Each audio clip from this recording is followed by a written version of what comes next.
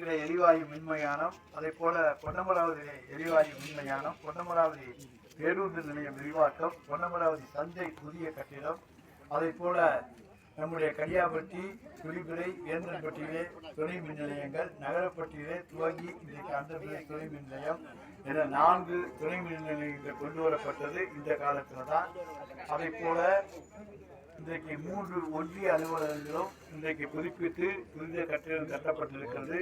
உங்களுக்கு தொலையானூரிலே கலை அறிவியல் கல்லூரி கொண்டு வரப்பட்டிருக்கிறது.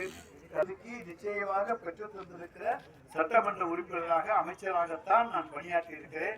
எனவே திருமைய தொகுதியை நினைத்து எந்த காலத்திலும் இல்லாத வளர்ச்சியை இந்த 5 ஆண்டு காலத்திலே திருமையம் தொகுதிக்கு தந்திருக்கிறேன் என்பதை என்னாலே உரிமையோடு சொல்ல முடியும். எனவே அப்படிப்பட்ட பணிகள் இன்னும் தொடர வேண்டும். இன்னும் பல நல்ல திட்டங்களை திருமையம் தொகுதிக்கு கொண்டு வருவதற்கு நீங்கள் வாக்களிக்க வேண்டிய சின்னம் தான் உதயசூரியன் சின்னம் என்பதை உங்களுக்கு தெரிவித்துக் கொள்கிறேன்.